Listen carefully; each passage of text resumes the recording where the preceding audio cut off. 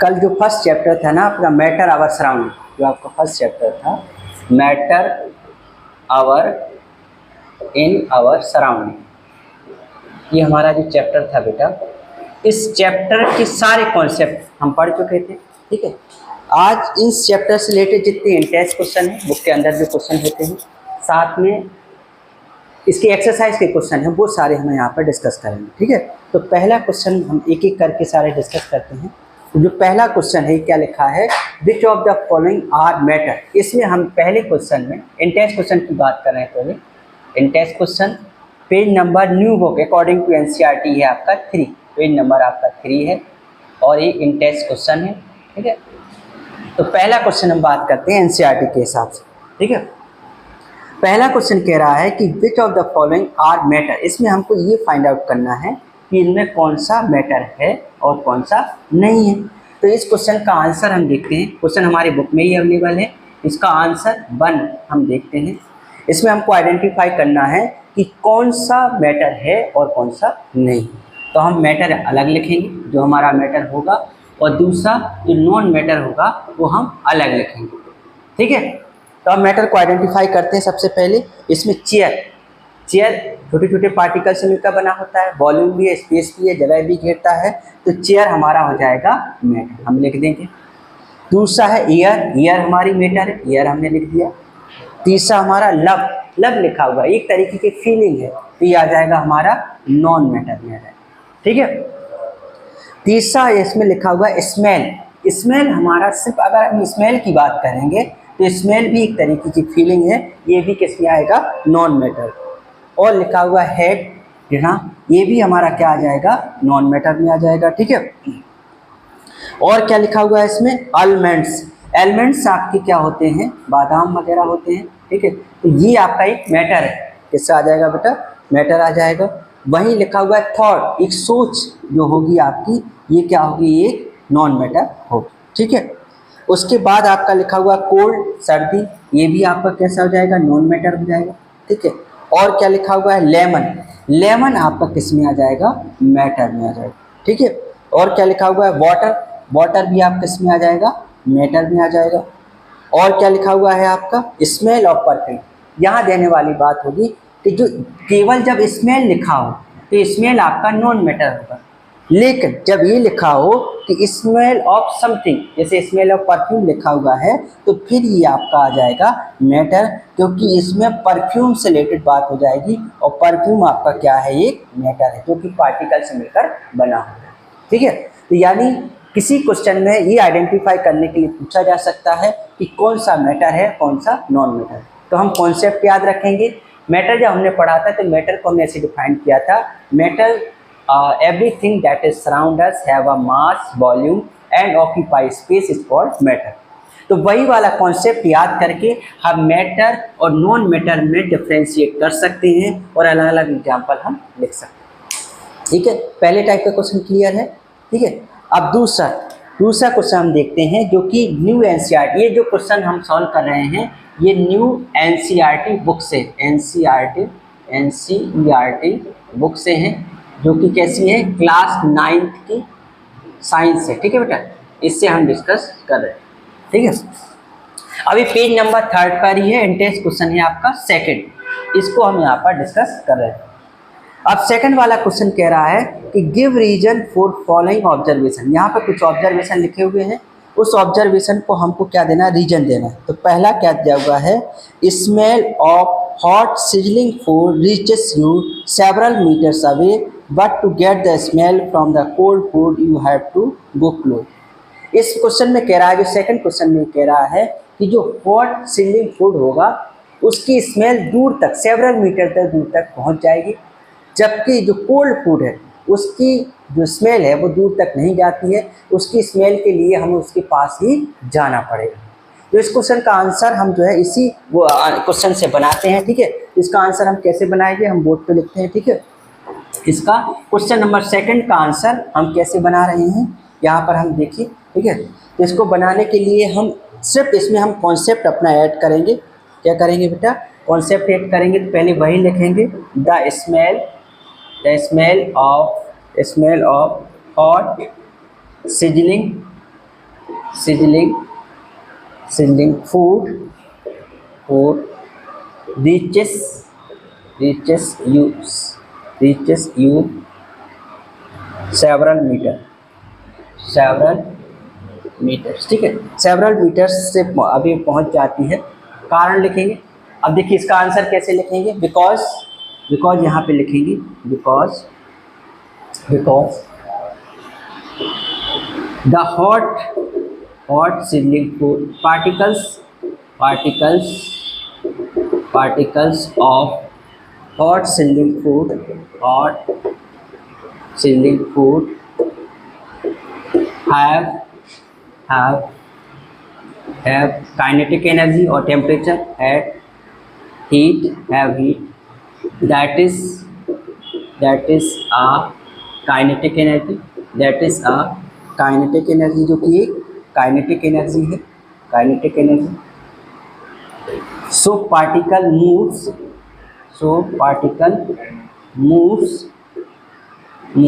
fastly, ये क्या करते हैं, फास्टली मूव करते हैं, and reaches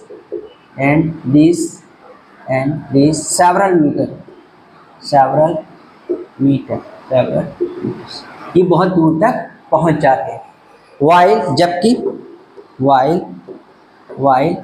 वाइल आपका जो कोल्ड फूड होगा, while particle of cold food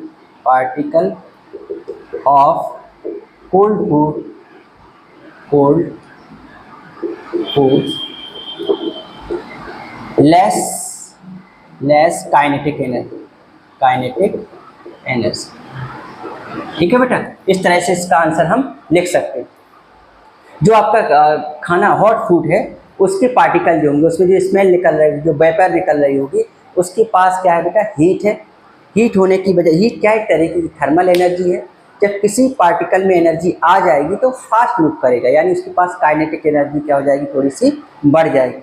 kinetic energy बढ़ जाएगी तो फास्ट मूव करेगा और दूर तक सेवरल मीटर तक वो स्मेल जो है जा सकती है, हमें स्मेल क्या हो जाएगी, फील हो जाएगी। लेकिन अगर कोल्ड फूड है तो उसके पास क्या है, हीट कम है, यानी थर्मल एनर्जी कम है। थर्मल एनर्जी कम होगी तो उसके पास क्या होगी, कि जो आपका काइनेटिक एनर्जी है वो कम होगी, तो कम मूव करेंगे, और जब कम मूव करेंगे तो हमें क्या है, उसकी एनर्जी उसके पास जाके ही हमें स्मेल करना पड़ेगा, ठीक है। तो याद रख लेना है कि अगर हॉट फूड की जो खुशबू है, जब कहीं किचन में खाना बन रहा होता है तो उसकी जो स्मेल है वो दूर तक पहुंच जाती है, क्योंकि उस समय जो खाना बन रहा होता है उसकी जो पार्टिकल हैं, वेपर वगैरह निकल रही हैं, उनके पास काइनेटिक एनर्जी होती है।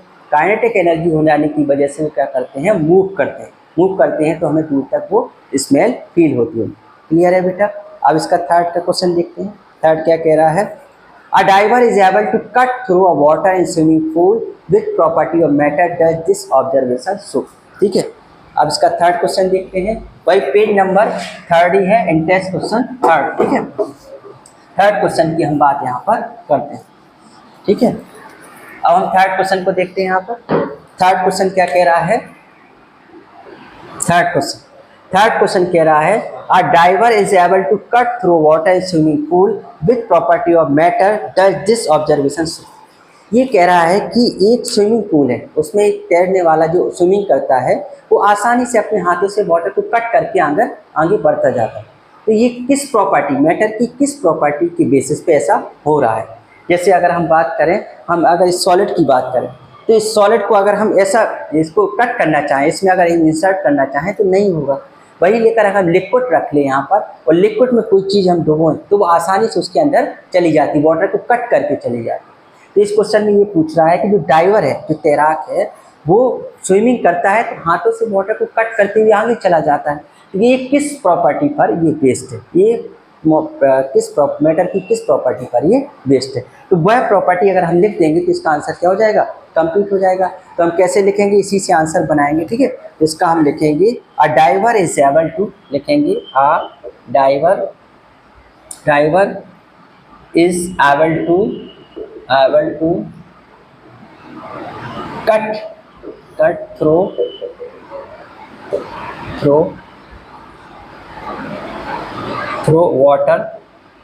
water in a swimming pool,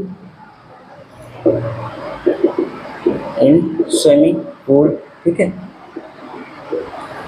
swimming pool. अब इसको हम प्रॉपर्टी लिखते हैं ना, ये किस प्रॉपर्टी से हो रहा है, ठीक है। तो इसका प्रॉपर्टी का आंसर हम लिखते हैं कि किस प्रॉपर्टी के कारण ये हो रहा है, ठीक है। तो हमने एक प्रॉपर्टी पढ़ी हुई थी कि जो particle particle of the matter have a space ना, उनके बीच में स्पेस है, ठीक है। तो ये हम क्या कहेंगे, enough space is available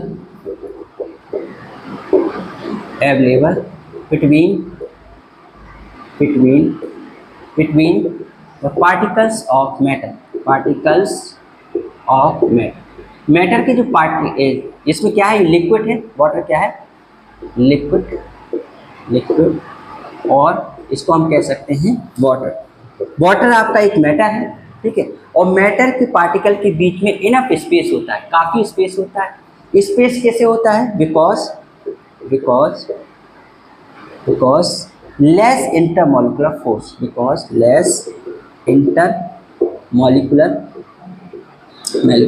force, ठीक है।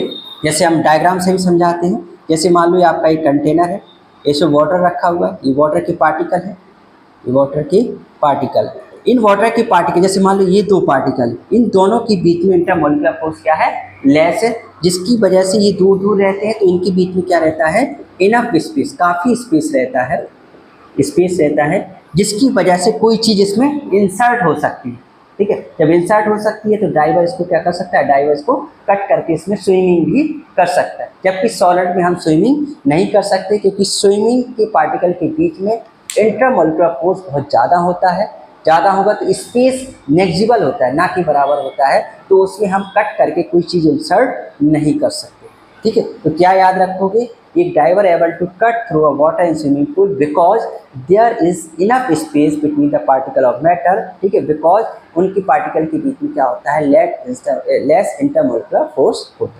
क्लियर है बेटा। अब हम तो फोर्थ क्वेश्चन देखते हैं, ठीक है। अब हम फोर्थ क्वेश्चन देखते हैं, ठीक है।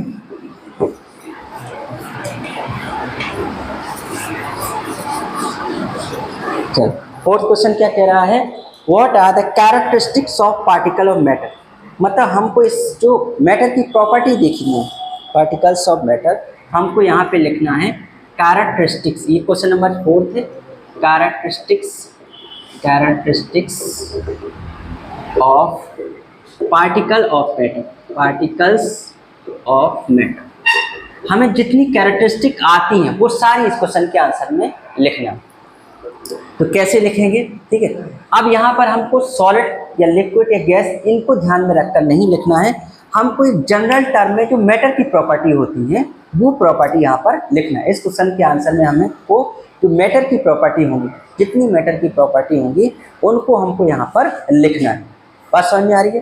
तो हम लिखेंगे, पहली प्रॉपर्टी क्या होती है, पहली प्रॉपर्टी होगी कि जो मैटर होंगे, intermolecular force, there is a intermolecular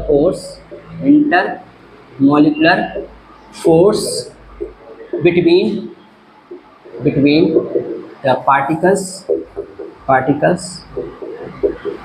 ठीक है, पार्टिकल के बीच में इंटरमोलिकुलर फोर्स है, ठीक है।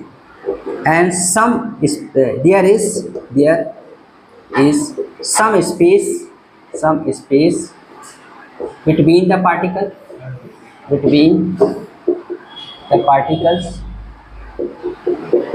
हो जाएगा, स्पेस भी है, फर्स्ट लिख दिया। सेकंड और थर्ड क्या लिख सकते हैं, ठीक है, there is some random motion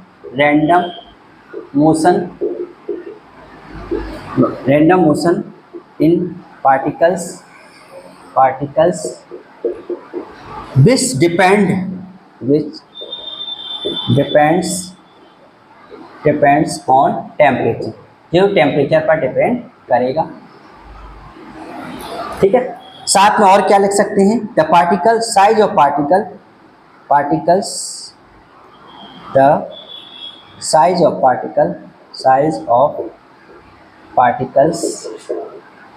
are very small। इस तरीके से हम कुछ प्रॉपर्टी यहाँ पर लिख सकते हैं। इसमें हमको इस वाले क्वेश्चन के आंसर में सॉलिड लिक्विड गैस को ध्यान में रखकर आंसर नहीं लिखना है। प्रॉपर्टी की मैटर की जो जनरल प्रॉपर्टी होगी उनकी आंसर को हमको समराइज कर देना, ठीक है। इस तरीके से हम इसके आंसर को लिख सकते हैं। बात समझ में आ रही कि नहीं आ रही, ठीक है। इसके बाद ये एंट्रेंस क्वेश्चन जो पेज नंबर 3 में था, ये चारों क्वेश्चन के आंसर हो चुके हैं।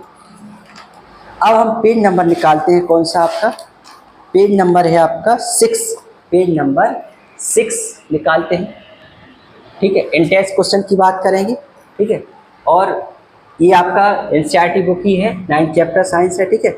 इसका पहला क्वेश्चन लिखते हैं, पेज नंबर 6 का एंट्रेंस क्वेश्चन का आंसर का फर्स्ट आंसर, ठीक है। ये क्या कह रहा है, ये कह रहा है कि mass per unit volume of substance is called density. इससे पहले तो डेंसिटी की डेफिनेशन लिखी हुई है, ठीक है। इस वाले क्वेश्चन में पहले तो क्या लिखा हुआ है, डेंसिटी की डेफिनेशन लिखी हुई है, ठीक है। हम डेंसिटी की डेफिनेशन देखते हैं यहाँ पर, ठीक। तो पहले तो लिखा हुआ है डेंसिटी की डेफिनेशन। डेंसिटी क्या होती है, डेंसिटी होती है आपकी मास per unit volume, mass volume, ठीक है। मास पर यूनिट वॉल्यूम के हिसाब से हम क्या करते हैं, डेंसिटी, ये इसने डेंसिटी की डेफिनेशन लिख दी है। अब ये इस क्वेश्चन में ये कह रहा है, इसमें कुछ एग्जाम्पल दिए हुए और ये वो बोल रहा है कि इसमें इंक्रीजिंग डेंसिटी की इंक्रीजिंग ऑर्डर में अरेंज करो। एग्जाम्पल कौन कौन से दिए हैं इसने, एयर, एग्जॉस्ट और chimney, honey water, chalk, cotton and iron. इसमें क्वेश्चन में वो कह रहा है कि आपको अरेंज करना है, arrange the following in order of increasing density. हमको अरेंज करना है, क्या करना है, अरेंज करना है the following in order of increasing density, मतलब डेंसिटी के बढ़ते क्रम में, इंक्रीजिंग डेंसिटी। इस क्वेश्चन का आंसर हमको क्या लिखना है, इसमें कुछ एग्जाम्पल दिए हुए हैं, उनको हमको अरेंज करना है कि उनकी डेंसिटी इंक्रीज करते हैं। तो सबसे पहले तो डेंसिटी हम क्लियर होनी चाहिए। डेंसिटी क्या है, एक पर्टिकुलर वॉल्यूम में मास ज़्यादा होगा तो उसे क्या कहेंगे, हम डेंसिटी कहेंगे। पर्टिकुलर वॉल्यूम में मास ज़्यादा होगा तो उसे हम क्या कहेंगे, डेंसिटी कहेंगे, ठीक है। जैसे एक कॉमन एग्जांपल देखते हैं, जैसे शहद सबने देखी होगी, वाटर सबने देखा होगा। अगर वाटर और शहद जो हनी होती है, इनको कंपैरिजन करें तो उतना ही वॉल्यूम में वाटर की मास कम होगा जबकि शहद का मास ज़्यादा होगा। तो जो शहद है आपका, हनी है, वो ज़्यादा डेंस होगा, वाटर के कंपैरिजन में वाटर लेस डेंस होगा। तो उसी के आधार पर इसमें जो क्वेश्चन दिए हुए हैं वो अरेंज करते हैं। तो इसमें सबसे पहले इसमें कौन कौन से लिखे हुए हैं इस क्वेश्चन में, इस क्वेश्चन में air, exhaust from chimney, honey, water, chalk, cotton and iron. तो अगर इस सब में हम देखें तो सब में अगर हम बात करें तो एयर, हवा, इन सभी में एयर जो है कम डेंस है, सबसे कम डेंस है। तो पहले हम क्या लिखेंगे, ऐसे लिखेंगे, हम लेस डेंस लिखते जाएंगे, लेस डेंसिटी वाला, ठीक है, लेस डेंसिटी, और फिर हम बढ़ते जाएंगे ऐसे। तो लेस डेंसिटी की अगर हम बात करें तो एयर, इस वाले एग्जाम्पल में एयर सबसे लेस डेंस है। एयर क्या है, लेस डेंस है। तो इससे बढ़ते हुए क्रम में हम देखेंगे दूसरा डेंस, ठीक है। इसमें अगर हम देखें air, exhaust from chimney, honey, water, chalk, cotton और आयरन। अब अगर हम दूसरा देखें तो एयर से ज़्यादा डेंस कौन सा होगा, एग्जॉस्ट फ्रॉम चिमनी। आप इंडस्ट्री में जाओगे तो चिमनी से जो धुआं निकलने वाला होता है उसमें एयर तो है, साथ साथ कार्बन पार्टिकल भी तो है, बहुत सारी अदर पार्टिकल भी तो उसमें अवेलेबल होते हैं। तो अगर एयर से हम ज़्यादा डेंस की बात करें तो वो हो जाएगा आपका एग्जॉस्ट फ्रॉम चिमनी, दूसरा हो जाएगा एग्जॉस्ट, ठीक है, एग्जॉस्ट फ्रॉम चिमनी, ठीक है। ये आपका हो जाएगा चिमनी से निकलने वाला धुआं, ठीक है। अब और देखें और कंपैरिजन करें तो हमने ये देख लिया, फिर Honey, water, chalk, cotton and iron. अब अगर हम कंपैरिजन करें इनमें हनी, वाटर, चाक, कॉटन और आयरन, अब इसमें कंफ्यूजन आ रहा है कि हनी ज़्यादा डेंस होगा कि वाटर ज़्यादा होगा कि कॉटन। अब कॉटन आपने देखा होगा, कॉटन रुई जो आपके घर में होती है, रुई के अंदर भी एयर हो सकती है। अगर आप कॉटन को ऐसे उसको कंप्रेस करना चाहो तो आप कंप्रेस कर सकते हो, उसकी गैसेज एयर जो है बाहर निकल जाती है। और अगर आप कॉटन को पानी में डाल दो तो पानी के ऊपर वो तैरती रहती है। इस तरीके बहुत सारे तरीके से आप चेक कर सकते हो कि जो कॉटन है वो पानी से भी लेस डेंस होती है, वाटर ज़्यादा डेंस होता है कॉटन से, रुई से। तो हम इसके बाद लिखेंगे कॉटन। क्या लिखेंगे बेटा? कॉटन, कॉटन लिखेंगे, ठीक है। अब इसके बाद अगर हम बात करें तो इसके बाद आ जाएगा आपका वाटर, इसके बाद आ जाएगा आपका वाटर आ जाएगा, ठीक है। अब वाटर के आगे अगर हम लिखना चाहें तो और क्या लिख सकते हैं? शहद, हनी, जो इसमें एग्जाम्पल दिया हुआ है। इसके बाद हनी की बात करेंगे, ठीक है। और इसके बाद हम किसकी बात करेंगे? फिर आपका हो जाएगा आयरन, आयरन ही बचा हुआ है, चौक, फिर बचा हुआ है आपका चाक का पाउडर, बचा चौक बचा हुआ है, फिर इसके बाद बचा हुआ है आयरन। इस तरीके से हमने इंक्रीजिंग ऑर्डर ऑफ डेंसिटी में हमने सबको क्या कर दिया है? अरेंज कर दिया। पहले कौन सा? Air, exhaust of from chimney, cotton, water, honey, chalk है, आयरन। इस तरीके से हमने इंक्रीजिंग ऑर्डर ऑफ डेंसिटी में गिवन सब्सटेंसेस को हमने अरेंज करा।